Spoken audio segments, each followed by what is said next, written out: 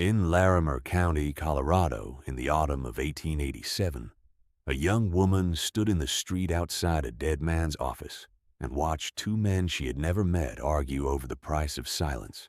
She did not know that yet.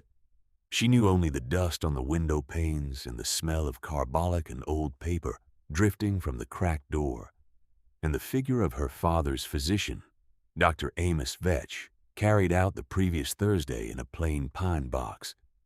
She knew that her father had paid that man $40 a year for 8 years, and that somewhere inside that office there was a ledger, or a drawer, or a locked tin cabinet that held the record of what he had been paid to do. Her name was Ruth Calloway.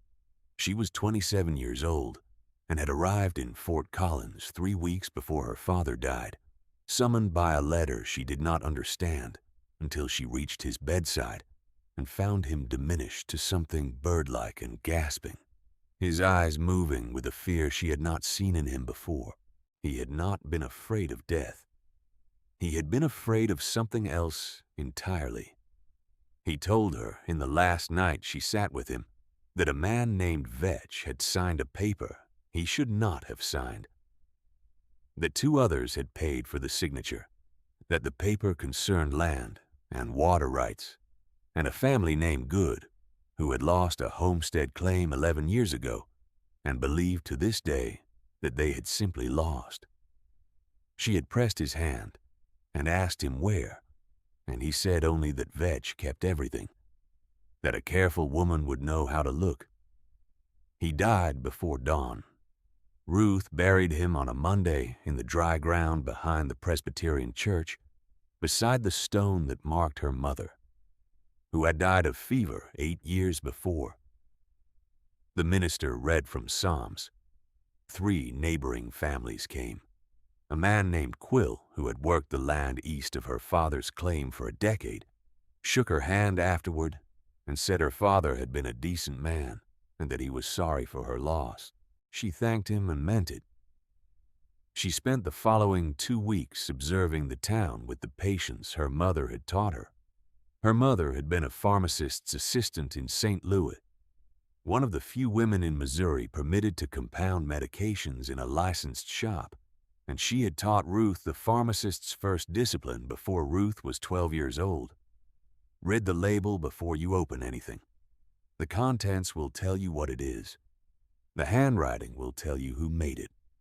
Dr. Vetch was dead of a chest complaint, 61 years old, no wife and no children. His office on Linden Street had already been visited, according to the woman who ran the boarding house, by a man who arrived the morning after Vetch died and spent 2 hours inside before locking the door behind him. A second man had come 2 days later and stayed longer. Neither had announced themselves to anyone. Neither had spoken to the county recorder's office or the constable. Neither had a visible reason to be in Fort Collins at all. The boarding house keeper was a stout woman named Ida Marsh, who had operated her establishment for 17 years and remembered faces the way a good pharmacist remembered formulations. She described the first man as well-dressed, perhaps 50, with a gray coat and a leather valise, and the manner of a person accustomed to being led into rooms without being questioned. The second she described as younger, thinner, with a traveling bag and the look of someone who had come a long way quickly and was not pleased about it. Ruth thanked her and went for a walk along Linden Street. The office door was locked with a padlock she did not recognize, which meant someone had added it after the estate was taken into county custody. The padlock was new enough to be shiny at the hasp. The windows were dusty. Nothing inside had been disturbed in any way that was visible from the street, which did not mean nothing had been disturbed. Ruth thought about that for a long time. If you have ever watched a person read a label very carefully in a dim room, you know what it looks like. There is no hurry in it. There is only attention. She purchased the contents of Vetch's office at the estate sale on a Thursday morning for $3.70. Most of the bidders wanted the surgical instruments, the oak examination table, the glass-fronted medicine cabinet with its 12 brass fittings, the paper records, the tin cabinet, the bound logbooks on the lower shelf, the canvas satchel hanging behind the door, the unlabeled brown bottles arranged in a wooden crate under the window. Nobody wanted those. The auctioneer was a pink-faced man named Krell who gestured at the paper lot with one hand and said, without breaking eye contact with the men in the back of the room, that he would throw in the lot at the end if someone would take it off the county's hands. Ruth raised her hand, $3.70 for what Dr. Amos Vetch had chosen to keep. Krell looked at her. Then he looked at the two men near the door who had gone very still. Then he brought his gavel down. She loaded everything into a hired cart and drove it to the room she had rented above the dry goods store on Jefferson. The crate of bottles she set under the bed. The tin cabinet she placed on the table by the window where the morning light came straight in from the east. The bound logbooks she stacked in order by year. The canvas satchel she hung on the hook behind the door. The same hook it had occupied in the dead man's office because she wanted to understand a man's habits before she disturbed them. She began with the logbooks because her mother had taught her that a pharmacist's logbook was never only a record of medication. It was a record of obligation, what a man dispensed, and to whom, and how often, and whether he noted the reason, and those entries told the shape of his practice, and the gaps between them told the shape of his arrangements. The logbooks ran from 1878 through 1887. Vetch had been methodical. His hand was small and even, the entries dated and indexed by patient name.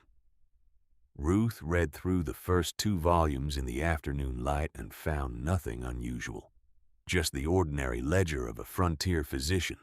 Chest complaints and lacerations and difficult births, the names of farming families she recognized from her father's accounts of the county.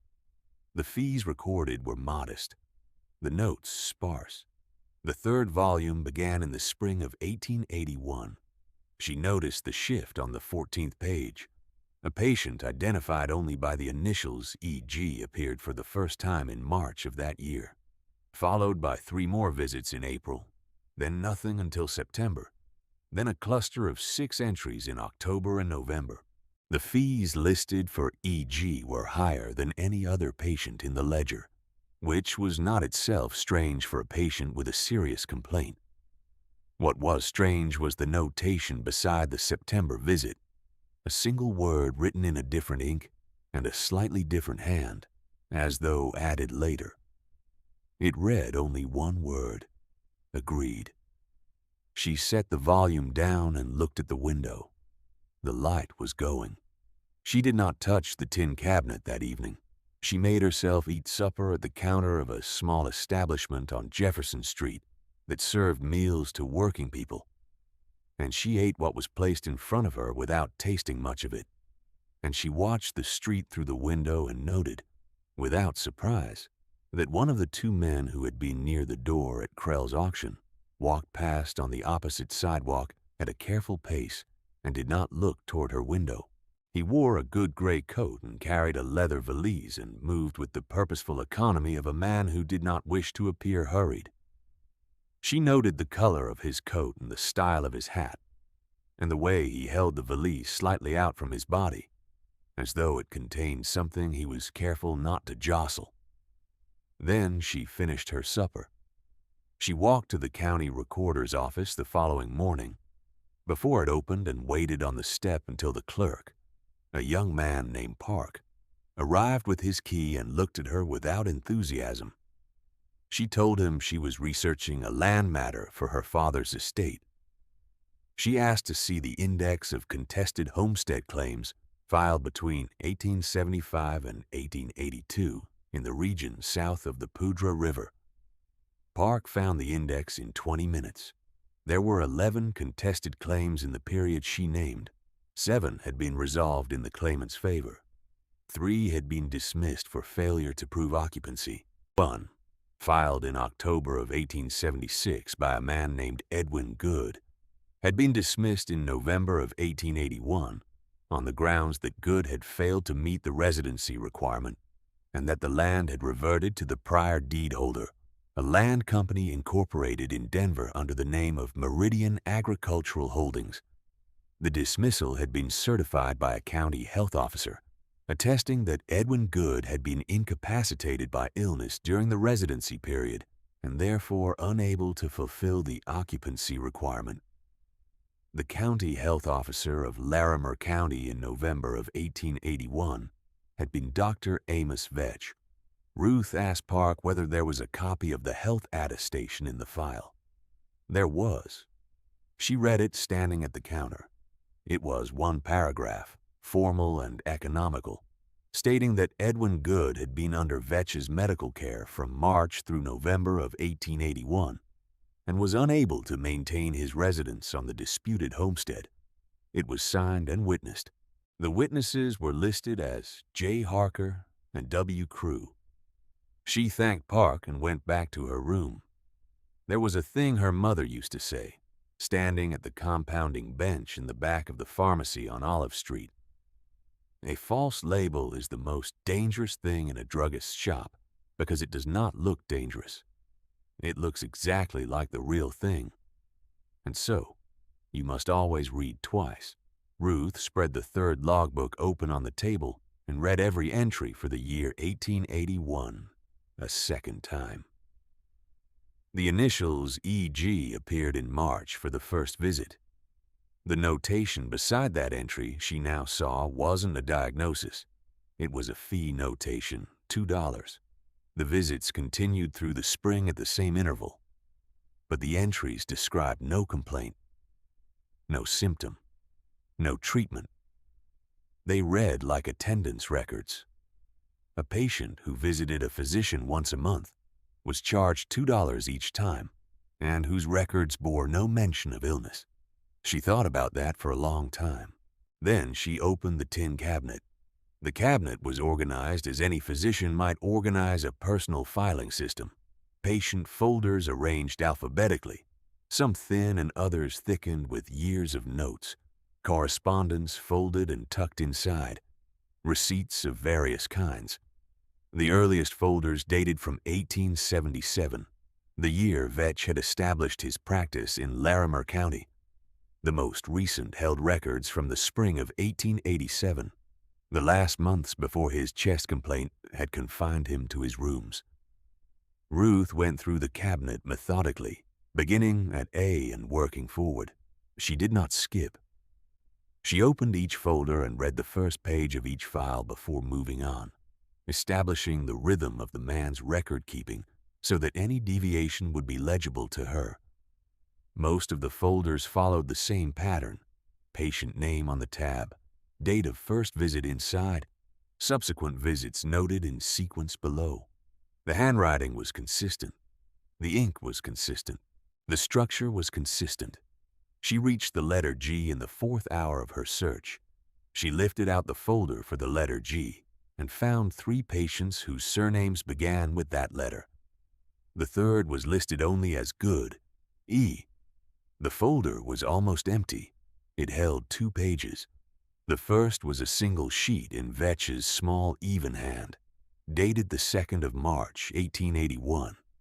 It read in its entirety that Vetch had visited the patient at his farm south of Anderwald Creek, had found him sound in all respects, and had advised rest and light work only. A physician's note describing a healthy man as ill. The second page was not in Vetch's hand. It was written on the letterhead of Meridian Agricultural Holdings, Denver, Colorado, and it was dated the 28th of February, 1881. 2 days before that first documented visit. It was addressed to Vetch personally. It was brief. It stated that Meridian had a matter of some delicacy requiring medical certification in Larimer County, and that Vetch's cooperation would be compensated at a rate of $150, payable in 2 installments upon completion of the attestation and upon the successful conclusion of the land proceeding. It was signed by 2 men. The first signature read, G. Harker. Below it, W. Crew, the same names that appeared as witnesses on the health attestation in the county recorder's file. Ruth held the page in both hands and was very still. The window light fell across the paper and she could see the slight indentation of the pen strokes, the weight of the signatures, the crease where the letter had been folded and kept for 6 years inside a dead man's filing cabinet.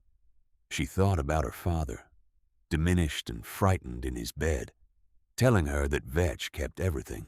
She thought about the man who had arrived the morning after Vetch died and spent 2 hours in the office.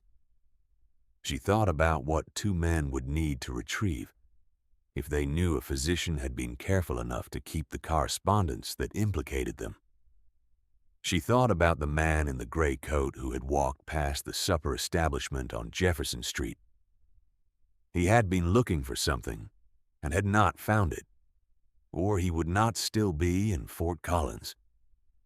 He had been in the office the morning after Vetch died, and Vetch had died on a Wednesday, and the estate sale had been called for the following Thursday, 10 days later.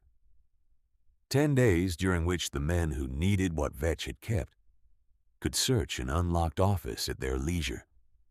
They had searched it, and they had not found what they were looking for, which meant one of 2 things. Either what they were looking for had not been there, or it had been there in a place they had not thought to look. A false label is the most dangerous thing, because it looks like the real thing. They had not found it. Either they had not known which cabinet to search, or they had not known what they were looking for, or Vetch had kept it somewhere they did not think to look, under the G, in a folder thin enough to be overlooked, nested between 2 patients whose claims were entirely ordinary. A false label is the most dangerous thing because it looks like the real thing. She copied the letter twice onto 2 separate sheets of her own paper, in her own hand, with the date and the signatures reproduced exactly. She folded one copy and placed it inside the back cover of the first logbook. She folded the second and placed it in the pocket of her coat. The original she returned to the folder and the folder to the tin cabinet. Then she thought about Edwin Good. She found him through the boarding house keeper, who knew every farming family along the Poudre as a matter of professional habit. Good was alive, which Ruth had not been certain of. He was 53 years old and lived now in a rented room on the east side of town, working as a day laborer at the feed mill.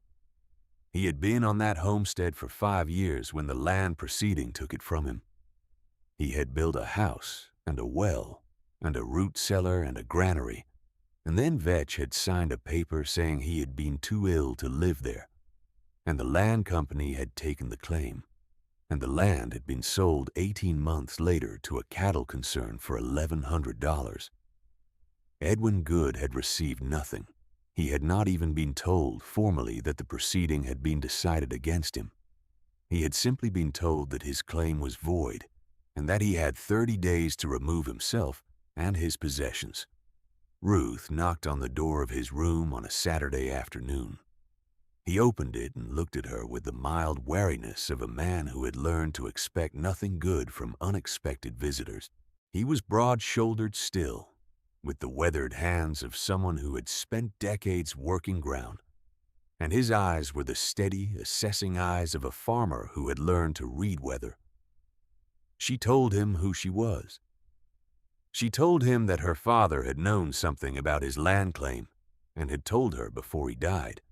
She told him that she had spent the past 3 weeks trying to verify what her father had said, and that she had found the verification. He was quiet for a long time. Then he said, his voice level and without particular expression, that he wanted to know what kind of verification. She told him plainly. A letter, signed by the 2 men who had arranged the certification, stating the terms of payment to the physician who had signed it. He sat down on the edge of his bed and put his hands on his knees and said nothing for almost a full minute. Then he said, Harker and Crew. She said yes. He said that Harker had come to see him in 1883 and had offered him $40 and told him the matter was settled in law and he had no standing to dispute it. He had not taken the $40. Harker had seemed genuinely surprised by that. Ruth asked if he knew where they were now. Good said Harker had a law practice in Denver. Crew was a land broker, also Denver, still affiliated with Meridian as far as Good knew. He had made it his business to know their whereabouts. Not because he intended to do anything about it, he said, simply because knowing a thing was better than not knowing it. She understood that entirely. She told him she intended to take the letter to the county recorder and to the territorial land office in Denver. That she intended to file a formal complaint requesting that the 1881 homestead proceeding be reviewed on the grounds of fraudulent attestation. That this would not be quick and would require him to make a statement about the circumstances of the proceeding and his own knowledge of his health at the time. Good looked at her steadily for a long moment. I was healthy as a plow horse in 1881, he said. Never missed a day of work on that claim. Vetch came out to the farm twice that year, both times uninvited, both times in the morning when I was in the south field. My wife was there both times. She can say what she saw. Ruth asked whether his wife was in Fort Collins. She was, he said, at their daughter's house on Walnut. Ruth said she would need a statement from her as well. She left his room with his promise that he would be ready when she came back, and she went directly to Clara Good on Walnut Street, a small woman with clear eyes who received Ruth in the front room of her daughter's house and listened without expression while Ruth explained what she had found. When Ruth finished, Clara Good was quiet for a moment. Then she said that she remembered both visits from Vetch, that she had been hanging wash the first time and churning butter the second, and that Edwin had been in the south field both mornings without question. She said she had always thought it strange that a doctor would come all that way with no letter and no appointment, and leave again in 20 minutes. Ruth said she thought it was strange too. She spent the following week writing the formal complaint in the language she had read in the county recorder's records, careful and precise, citing the specific file number of the Good homestead claim, the date of the health attestation, the name of the certifying physician, and the nature of the document she had found in his estate papers. She listed the Meridian letter as Exhibit A and the relevant logbook entries as Exhibit B, noting the dates, the absence of any medical notation, the single word agreed written in a different ink, and the subsequent attestation, and the fee. She did not list the names Harker and Crew in the complaint itself. She named them in the accompanying affidavit, which was a different document with a different weight in territorial law. The recorder's office accepted the complaint on a Tuesday morning. Park received it without expression and gave her a receipt for the filing. She asked whether there was a mechanism for forwarding the matter to the Territorial Land Office in Denver for cases involving disputes over original homestead certifications. He said there was. She asked him to initiate it. He looked at her for a moment. Then he went to find the correct form. The Territorial Land Office took 3 months to respond. During that time, Ruth remained in Fort Collins. She had come with almost nothing, and the $3.70 she had spent on Vetch's office contents had reduced her further. She found work at the dry goods store below her room, counting inventory and writing the stock ledger, and the owner, a quiet man named Pruitt who had operated the store for 22 years and asked no unnecessary questions, paid her a fair wage for careful work. She arrived on time and left on time, and made no errors in the ledger columns, and Pruitt never asked her why she was in Fort Collins or how long she intended to stay. She was grateful for his incuriosity. The days had a rhythm she found useful. Morning inventory, midday the ledger, afternoon the customers and the stock, In the evenings, she read or she wrote letters to Stoll as the weeks went on and the proceeding developed. Or she sat at the table by the window with the tin cabinet open in front of her and reread the logbook entries for the years in question, studying the gradations in Vetch's hand, the places where the ink was heavier or lighter, the entries that had been made at the time and the very few that showed signs of having been returned to. There was a quality to deliberate record-keeping that she had learned from her mother, who had believed that a pharmacist's log was a moral document. What you wrote down was a promise. What you wrote down falsely was the breaking of a promise, and the hand knew the difference, even when the mind chose not to. She asked no favors and accepted no pity, and did not tell anyone in town what she had found or what she had filed, because that was not the kind of woman she was. The kind of woman she was did not speak before the work was finished. In the second month, she received a brief letter from a man she did not know, a land law attorney named Stoll in Denver, who wrote to say that he had become aware of her complaint through a colleague at the territorial office and wished to advise her that the two parties named in her affidavit had engaged counsel and were preparing a response contesting the authenticity of the Meridian letter. He offered his services in reply and asked only that she send a copy of the original document so he could assess its standing. She wrote back and told him she had the original document and 2 independent copies in her own hand. She told him she also had the logbook, a bound volume in Vetch's hand, with consecutive page numbering and no evidence of alteration. She told him she did not require legal counsel at present but would contact him if the territorial office requested formal representation. She did not say that she had also, in the first week after filing the complaint, located the names of 5 other patients in Vetch's logbooks whose entries between 1880 and 1886 showed the same pattern: initials only, regular visits, no diagnosis recorded, a notation that did not match the surrounding entries in its ink or its phrasing. She had not included those in the initial complaint. They were for later. Some truths are better surfaced one at a time. The Territorial Land Office sent its response in November. It was a formal document of 11 pages, dense with procedural language, which Ruth read twice at the table by the window with the light fading behind the mountains. The office had reviewed the filed complaint and the supporting documents and found sufficient grounds to convene a formal review of the 1881 Good Homestead dismissal. The review would be conducted by a hearing officer assigned by the territorial court. Both parties would be required to appear. The burden of proof, the document noted, lay with the petitioner. Ruth read that sentence twice. Then she set the document down. She had the letter. She had the logbook. She had Good's account and his wife's account. She had Vetch's death to prevent any further contradiction from the only man who could have denied what the documents showed.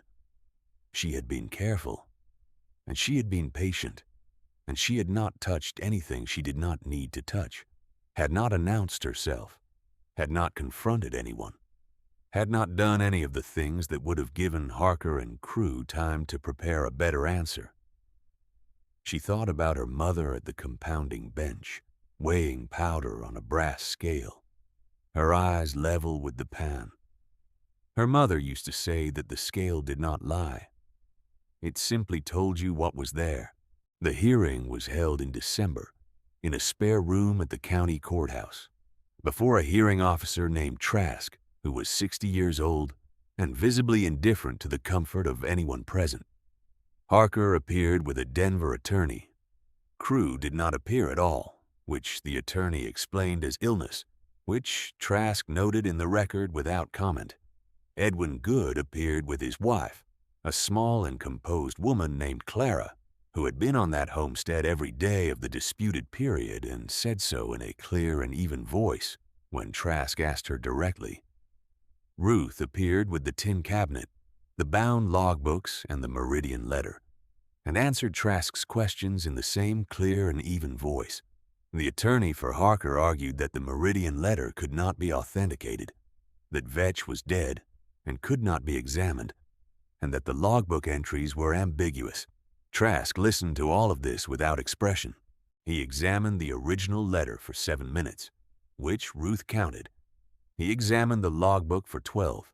He set both aside and studied the health attestation from the recorder's file, and then set that aside as well, and then turned to the copy Park had made of the original contested claim. He asked Ruth how she had come to possess Dr. Vetch's office records. She told him she had purchased them at the estate sale for $3.70. She produced the receipt. He examined it. The receipt was in Krell's hand, the amount stated plainly, her name, and the date written across the top. Trask turned it over and read the back, which was blank. He asked whether she had opened the tin cabinet before purchasing it. She said she had not. She had purchased it without knowing what was inside. He asked whether anyone else had been present when she opened it. She said no. She had been alone in her room. He asked how she could be certain the letter had been inside the cabinet when she purchased it and had not been placed there by her own hand. She said she could not be certain he would take her word for it.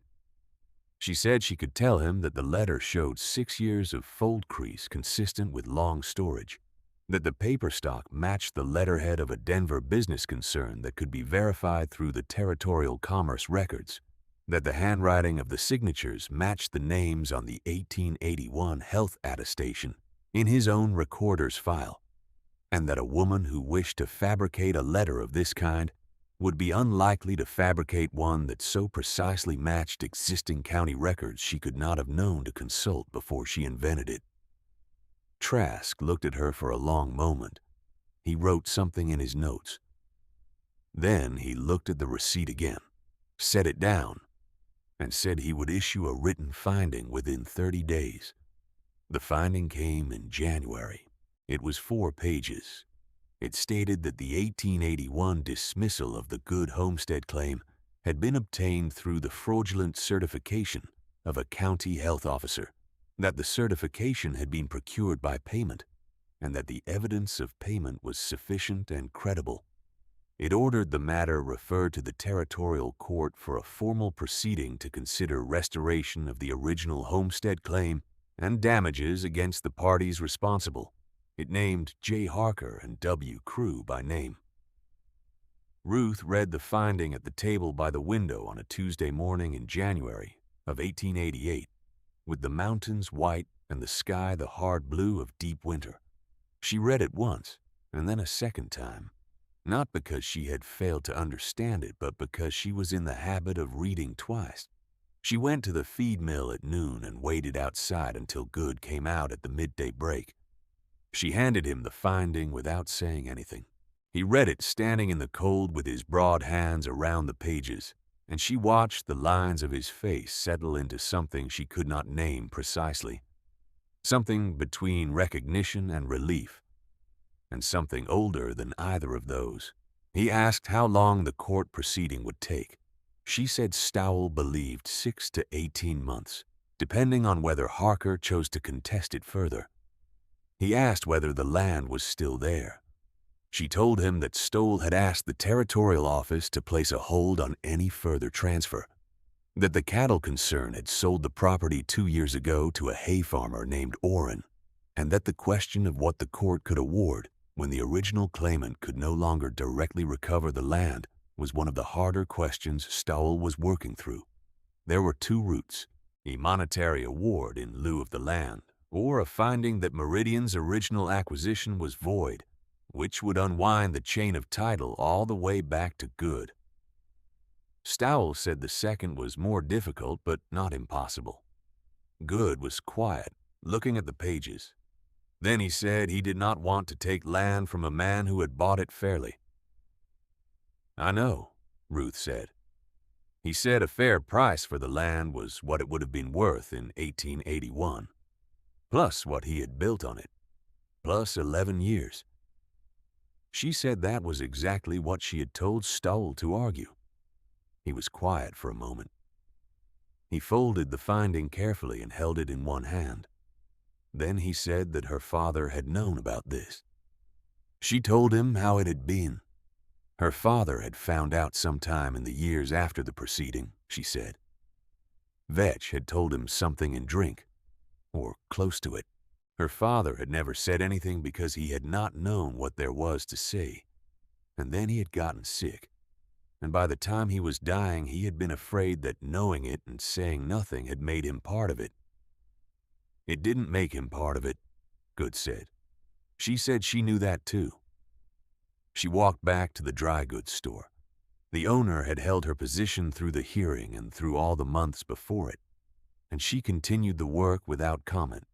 The inventory, the ledger, the stock receipts, each column of figures even and precise. When the territorial court summons arrived in March, she forwarded it to Stoll and received his acknowledgement by return post. When Harker's attorney filed a motion to dismiss in April, she sent Stoll a copy of the second set of entries she had identified in the logbook. The 5 other patients with the same pattern of visits, the same absence of diagnosis, the same anomalous notation in a different ink. She did not attend the court proceeding herself.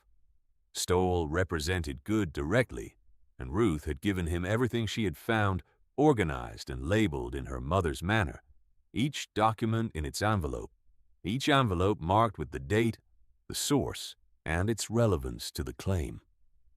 She had trusted him with the originals and kept 1 copy of each. She was not a lawyer and had no standing before the territorial court, and understood that the matter had passed from her hands into the hands of an institution capable of compelling what individuals could only document. Harker's attorney made 3 additional motions between April and July, each of which Stoll answered with material from the logbook and from the recorder's file. Crew had not reappeared. He had dissolved his partnership with Meridian in March, which Stoll noted in one of his letters was not coincidental timing. The territorial court issued its final judgment in August of 1888. The judgment found that the dismissal of the Good homestead claim had been fraudulently obtained and ordered monetary damages of $1,200, representing the assessed value of the improvements made to the property, the estimated market value of the land in 1881, and interest at territorial rates for 7 years. It further ordered that Meridian Agricultural Holdings and its principals, including J. Harker, be barred from future homestead transactions in the territory of Colorado. The damages were paid in September. Stoll's letter enclosing the settlement draft arrived at the dry goods store on a Monday morning, and Ruth carried it to Good that afternoon.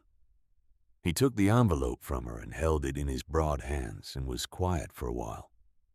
Then he asked her what she was going to do now. She had been thinking about that for some months. She told him she had written to her mother's former employer in Street, Louis, a pharmacist named Heddert, who had offered her a compounding position 2 years earlier when she had declined because her father needed her. Heddert had written back to say the offer still stood. Good said that a woman who could read a ledger and file a complaint and wait 11 months without flinching was not someone a town should let walk out. "I know," she said, "but I am a pharmacist's daughter, and there is work I was trained to do, and I have been away from it too long." He nodded and said nothing further about it. She left Fort Collins in October, on the morning stage south to Denver, where she would take the eastbound rail to St. Louis. She carried her coat and her satchel in the tin cabinet, which she had decided to keep. Not as a memorial to the physician who had betrayed his office, nor as a reminder of the 2 men who had paid for the betrayal, but as a reminder of the method itself, the way a thing could be found if a careful woman knew how to look, the label read on a dead man's shelf, the G folder, thin between its neighbors, the word "agreed" written in a different ink on a page no one had thought to look for.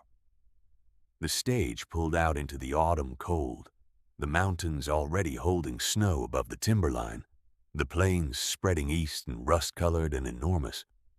Ruth set the tin cabinet on the seat beside her. It was lighter now, most of its contents transferred to Stoll's office or to the county recorder's file. What remained inside was Vetch's logbook for 1881, which she had retained as a record, and the empty folder marked Good E. The empty folder was not a sad thing to her. It was what remained after a debt was settled, after a weight had been lifted and a balance restored. An empty folder where a falsified record had lived for 6 years and was now answered.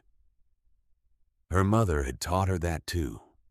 Near the end of a long compounding day, washing the brass scale pans clean, when the scale balances, you set the weights aside. You do not carry them with you. The work is finished. She rested her hand on the tin cabinet and watched the mountains recede behind her and the road unroll eastward through the dry November grass. And she thought that balance was a word she had always understood better as weight than as sentiment, as something measured and acknowledged and set down correctly, rather than something merely felt. A pan returning to level, a ledger that checked out to the last dollar. The stage rolled east through the cold morning light, and she let it carry her. If you have ever known someone who paid a quiet debt that was not their own to pay, who did it without announcement and without reward, and then went back to their life as though the work itself was enough, tell me about them in the comments below. Some stories deserve to be told twice, and if stories like this one are what you come here for, there is another one waiting for you at the end of this page, about a woman and a thing no one else had the patience to open.